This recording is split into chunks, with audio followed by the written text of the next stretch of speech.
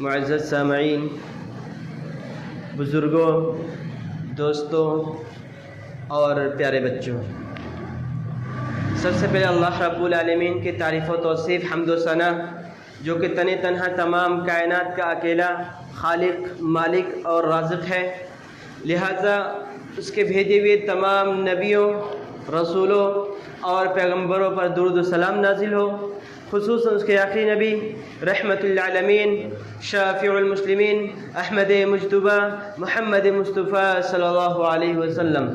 اللہم صلی وسلم علی نبینا محمد۔ حاضرین کرام، جیسا کہ ہم سب جانتے ہیں کہ ہم رمضان کے آخری عشرے میں آج داخل ہو جائیں گے، اور یہ رمضان کتنی تیزی سے گزر رہا ہے اس میں کسی کو کوئی شک نہیں، جس کے مطابق اللہ نے خود فرما دیا ہے ایام معدودات، کہ یہ جو مہینہ ہے گنتی کے چند ایام ہے۔ لہذا ہمیں جس طرز پر عبادت کرنی چاہیے تھی، ہمیں ان میں بہت ساری کوتاہیاں نظر آتی ہیں، لیکن اگر ہم اب بھی اپنے آپ کو سدھار کر اور اس طرز پر لے کے چلے جائیں جس طرز پر اللہ کے نبی صلی اللہ علیہ وسلم نے کہا ہے، تو ہم اس کی بھرپائی کر سکتے ہیں۔ تو لہٰذا ہم اس عشرے میں، یعنی آخری عشرے میں، اللہ کے نبی صلی اللہ علیہ وسلم کس طرح عبادت کیا کرتے تھے، کیا کیا کرتے تھے، انشاءاللہ یہ جاننے کی کوشش کریں گے۔ اور اب تک ہم کتنی غفلت میں پڑے ہوئے ہیں، اس پر ہمیں غور کرنے کی ضرورت ہے کہ اللہ کے نبی صلی اللہ علیہ وسلم نے پہلے ہی فرما دیا تھا کہ یا باغی الخیر اقبل و یا باغی الشر اقصر، کہ اے خیر کے متلاشی، اے بھلائی کے چاہنے والوں، اے اللہ کی رحمت کے چاہنے والوں، اللہ کی طرف چلے آؤ، اللہ کی طرف دوڑو، اللہ کی رحمت، مغفرت اور اس کے رزق کی طرف دوڑو۔ یہ رب العالمین دعوت دے رہا ہے کہ تم لوگ چلے آؤ اگر خیر چاہتے ہو۔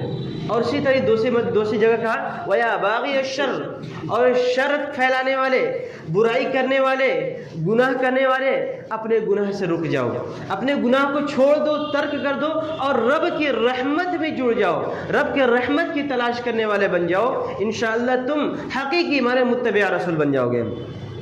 تو سامعین، اللہ کے نبی کا یہ فرمان ہم نے صحیح معنی میں ادا نہیں کیا، لیکن اگر ہم ان 10 دنوں کے اندر وہ عبادت کر لیتے ہیں جس کے اندر کی عبادات اللہ کے نبی صلی اللہ علیہ وسلم نے فرمایا کہ 1000 راتوں کی عبادت سے افضل ہے، خاص کر اس عشرے کی بہت زیادہ فضیلت ہے اور بہت ہی زیادہ اہمیت ہے کہ اللہ کے نبی صلی اللہ علیہ وسلم اس میں پورے، یعنی اپنی اخلاص کے ساتھ اور اسی طریقے سے پورے زور و طاقت کے ساتھ عبادات میں گھل مل جاتے تھے، یہاں تک اپنے گھر والوں کو بھی اٹھاتے تھے۔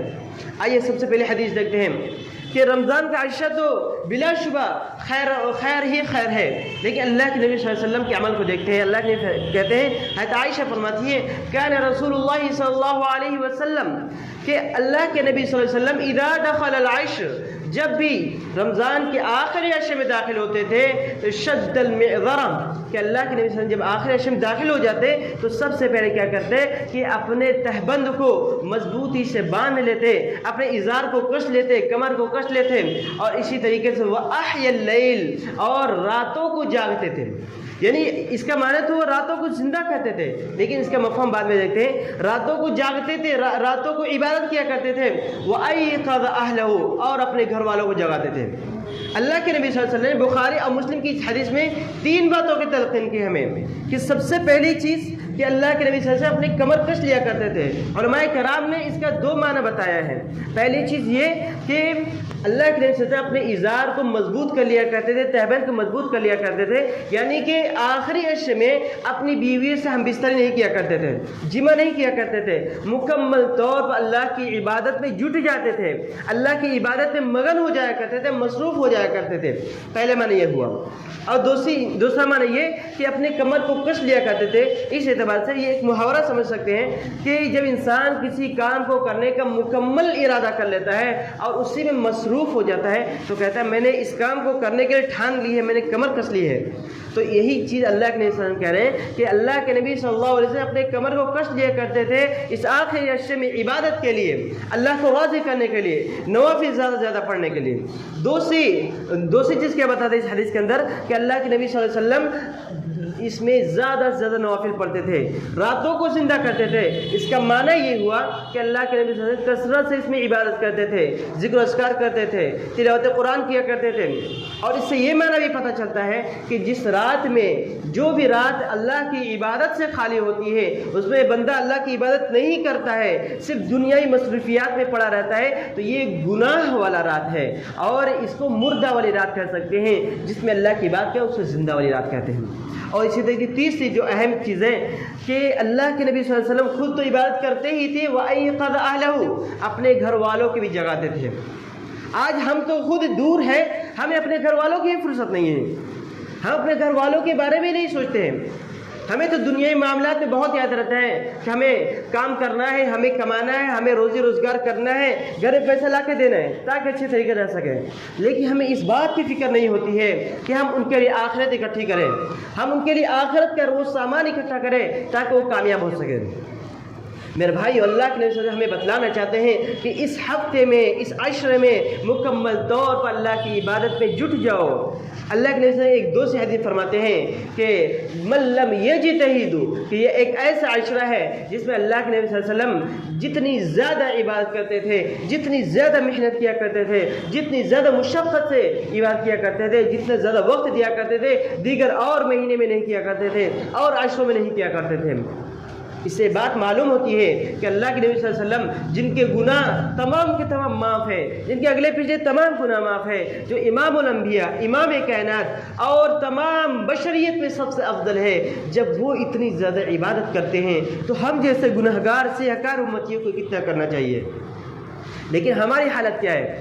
افسوس کا مقام ہے آج کل ہماری حالت تو یہ ہو چکی ہے کہ رمضان ختم ہونے کے در پہ ہے، لیکن ہم کیا کرتے ہیں؟ ہم مارکیٹوں میں، بازاروں میں، گلیوں میں اور چائے خانوں میں بیٹھے رہتے ہیں، شاپنگ میں، مالوں میں گھومتے رہتے ہیں۔ ہمیں ذرہ برابر فکر نہیں ہے کہ ہمارا رمضان کا اتنا مقدس مہینہ، اتنا مقدس وقت ہم سے گزر رہا ہے، اتنا عظیم وقت ہم سے گزر رہا ہے، ہمیں کوئی احساس نہیں ہے۔ ہمیں سے اپنے کام دھام سے مطلب ہے، ہمیں اپنی دکانداری سے مطلب ہے۔ میرے بھائی، اس بات کی یاد رکھیے، جس رب نے آپ کو زندہ رکھا ہے، آپ کو صحیح سالم رکھا ہے، وہی آپ کو رزق دینے والا ہے۔ اگر ہم رب کی عبادت سے دور رہ کر ہم سوچیں کہ ہم اپنے کام دھندے کو کر لیں، ہم زیادہ سے زیادہ روپیہ پیسہ کما لیں، تو میرے بھائی ہم نہیں کر سکتے۔ رب العالمین نے ہماری مقدر میں، ہمارے قسمت کے پنے میں جتنا روپیہ لکھ رکھا ہے اس سے 1 روپیہ بھی زیادہ انسان نہیں کما سکتا۔ تو بتائیے، جب رب العالمین نے ہمارے بارے میں لکھ دیا ہے تو پھر ہم کس بنا پر ہم عبادات کو چھوڑ کر، نوافل کو چھوڑ کر، تراویح کو چھوڑ کر اپنے دکانوں میں بیٹھے رہتے ہیں، اپنے کام کاج میں مصروف رہتے ہیں؟ ہمیں ذرا برائے فکر نہیں کہ رب نے ہمیں 1 مہینہ دیا ہے، ہم اس کو بھی کام کاج میں لگا دیتے ہیں۔ ہمیں ذرہ برابر بھی احساس نہیں ہوتا ہے کہ اگر ہم نے اس وقت کو ایسے ہی کام کاج میں، مصروفیات میں، دنیا کے کام کاج میں لگا دیے تو ہم پھر کیا کریں گے؟ اللہ کے نبی صلی اللہ علیہ وسلم نے ایسے لوگوں کے بارے میں کیا کہا ہے؟ اس شخص سے بڑا بد نصیب، اس شخص سے بڑا بیکار انسان کوئی ہو ہی نہیں سکتا جو رمضان کا مہینہ پائے اور اس کا صحیح استعمال نہ کر سکے، اس کو اپنے بخشش نہ کرا سکے، اس میں اللہ کو راضی نہ کر سکے۔ اور ذرا خود سوچیں ہم لوگ کہ جب ہم نے سب سے زیادہ وقت اپنے کام کو دیا ہے، سب سے زیادہ وقت اپنے کام دھندے کو دیا ہے، دنیائی مصروفیات کو دیا ہے، تو بتائیے ہم اللہ کو راضی کیسے کریں گے؟ رب نے تو ہمیں ایک ایسا مہینہ دیا ہے کہ اگر ہم اس میں عبادت کریں تو 1000 مہینوں کی عبادت سے افضل ہم نیکیاں کما سکتے ہیں۔ لیکن ہمارا حال کیا ہے؟ ہم وہی سستی اور کاہلی والی زندگی گزار رہے ہیں، ہم وہی پہلے والی زندگی بسر کر رہے ہیں۔ ہم پہلے بھی ہمیں کام کاج کی مصروفیات میں ہم مگن تھے، اور آج بھی رمضان کا مقدس مہینہ پانے کے بعد بھی انہی چیزوں میں مشغول ہیں۔ ذرا ہم سوچیں، رب العالمین نے تم سے وعدہ کر رکھا ہے کہ میں تمہارے رزق کی ذمہ داری لیتا ہوں۔ اللہ کہتا ہے مجھ پر بھروسہ کر لو، مجھ پر یقین کرو، مجھ پر توکل کر لو، میں تمہیں ایسی جگہ سے رزق دوں گا تم گمان نہیں کر سکتے۔ وَيَرْزُقْهُ مِنْ حَيْثُ لَا يَحْتَسِبُ، اللہ کہتا ہے تم مجھے وقت دے کر تو دیکھو، اگر تمہارے رزق میں برکت نہ ہو تو کہنا۔ میرے بھائیو، اگر رب کے دربار میں ایک مرتبہ تمام کے تمام انسان جمع ہو جائے، رب سے فریاد کرے کہ اے اللہ تو ہمیں رزق دے، اللہ تو ہمارے رزق کا سامان ہے مہیا کر، ہمیں مال و دولت دے، ہم سب مل کر ایک بار میں سوال کریں اور اللہ تمام کے تمام لوگوں کو مال و دولت دیتا رہے، رزق دیتا رہے، تو اللہ کے خزانے میں ذرہ برابر بھی کمی نہیں آئے گی۔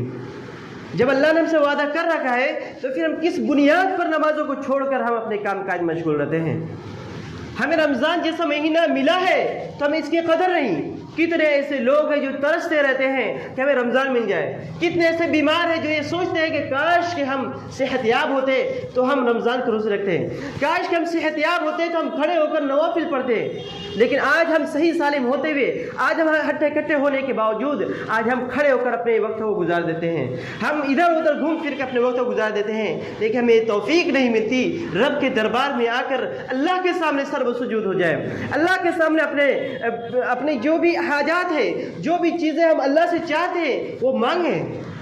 رب العالمین کہہ رہا وقال ربکم ادعونی استجب لکم، کہ میرے بندو مجھ سے مانگو میں تمہیں عطا کروں گا۔ اللہ کہہ رہا ہے کہ تم مجھ سے مانگو، میرے دربار میں آ کے جھک جاؤ، میں نہ دوں تو کہنا۔ نبی سے کہلوا رہا ہے کہ وَإِذَا سَأَلَكَ عِبَادِي عَنِّي فَإِنِّي قَرِيبٌ۔ رمضان کی آیت کریمہ کے جسٹ بعد یہ آیت اللہ کہہ رہا ہے، یعنی اس کا دعا سے بہت بڑا کنیکشن ہے۔ اللہ کہہ رہا ہے کہ اے نبی آپ بتا دیجئے میرے بندوں کو، میرے بندوں سے آپ کہہ دیجئے کہ میں ان سے بہت ہی زیادہ قریب ہوں۔ جب بھی وہ مجھ سے سوال کرتے ہیں، جب بھی وہ مجھ سے دعا کرتے ہیں، میں ان کی دعا براہ راست سنتا ہوں، کسی آڑ کی ضرورت نہیں ہے۔ رب العالمین ہمارے سینوں کی باتوں سے بھی واقف ہے، تو پھر ہم کس بنیاد پر رب سے دور ہیں؟ رب العالمین ہمیں دعوت دے رہا ہے کہ میرے بندو آ جاؤ، میرے بندو قریب ہونا چاہتے ہو، قریب ہونے کا مہینہ ہے، لیکن ہم رب سے دور ہو گئے ہیں، ہم اپنے رب کے باتوں پر لبیک نہیں کہہ رہے ہیں۔ ہمیں ضرورت ہے ہم رب کی بات پر لبیک کہیں، اپنے گناہ کو معاف کریں، رب کو راضی کر لیں، کیونکہ اللہ کے نبی صلی اللہ علیہ وسلم جن کے تمام گناہ معاف ہیں، جب وہ اتنا کر رہے ہیں تو ہمیں کتنا کرنا چاہیے؟ اور نبی علیہ السلام کی پوری زندگی ہمارے آئیڈیل ہے، لقد کان لکم فی رسول اللہ اسوۃ حسنہ، کہ اللہ کے نبی کی پوری زندگی، پوری حیات طیبہ ہمارے لیے اسوہ ہے، ہمارے لیے نمونہ ہے، ہمارے لیے آئیڈیل ہے۔ لیکن آج ہم حقیقی معنی میں آئیڈیل مانتے ہی نہیں ہیں۔ اگر ہم حقیقی معنی میں آئیڈیل مانتے تو رمضان کے مقدس مہینے کو یوں ہی گزار نہ دیتے، اللہ کے لیے ہم قرآن کریم کی تلاوت کرتے، نوافل اور اسی طریقے سے دیگر جو ذکر و اذکار ہے، جو دیگر عبادات ہے، انہیں مصروف رہتے ہیں۔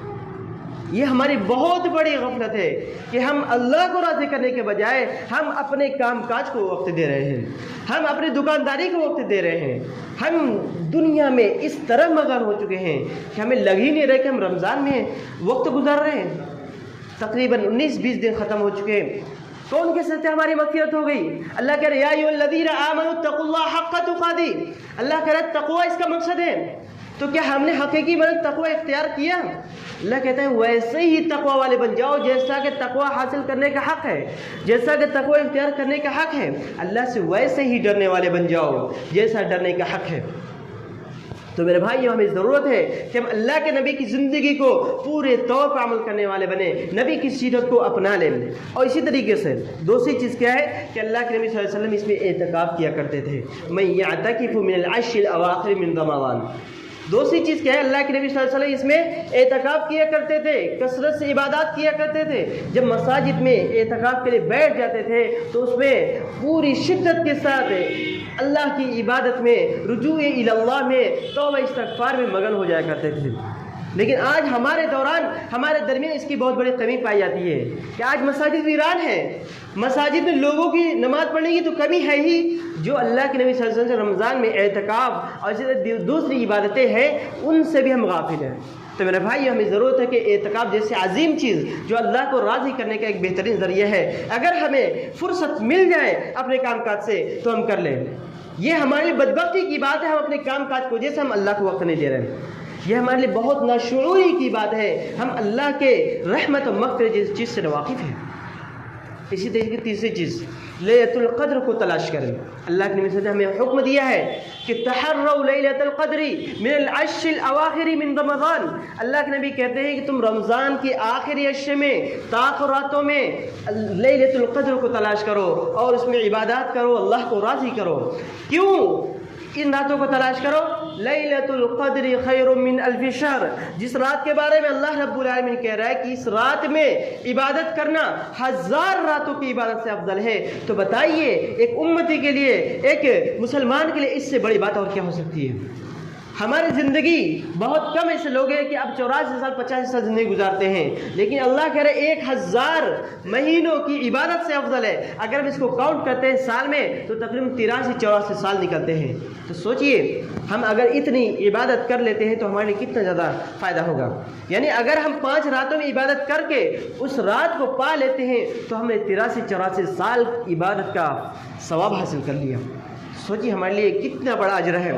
اور یہی وہ رات ہے جس کے بارے میں اللہ کے نبی نے کہا کہ جس رات رب العالمین نے قرآن نازل کیا تھا، جس رات فرشتے آسمان سے زمین پر نزول ہوتے ہیں، اپنے پنکھوں کو پھیلا دیتے ہیں، اور اسی طریقے سے بہت سارے معاملات کے فیصلے اسی دن ہوتے ہیں۔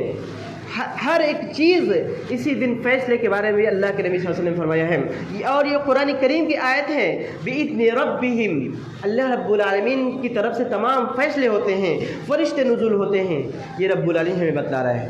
تو میرے بھائی ہم ان ساری چیزوں پر توجہ دیں اور ان راتوں کو تلاش کرنے کی کوشش کریں، کیونکہ اللہ کے نبی صلی اللہ علیہ وسلم نے ہمیں یہ حکم دیا ہے، اور نبی کی پیروی، نبی کی اتباع ہمارے لیے فرض عین ہے۔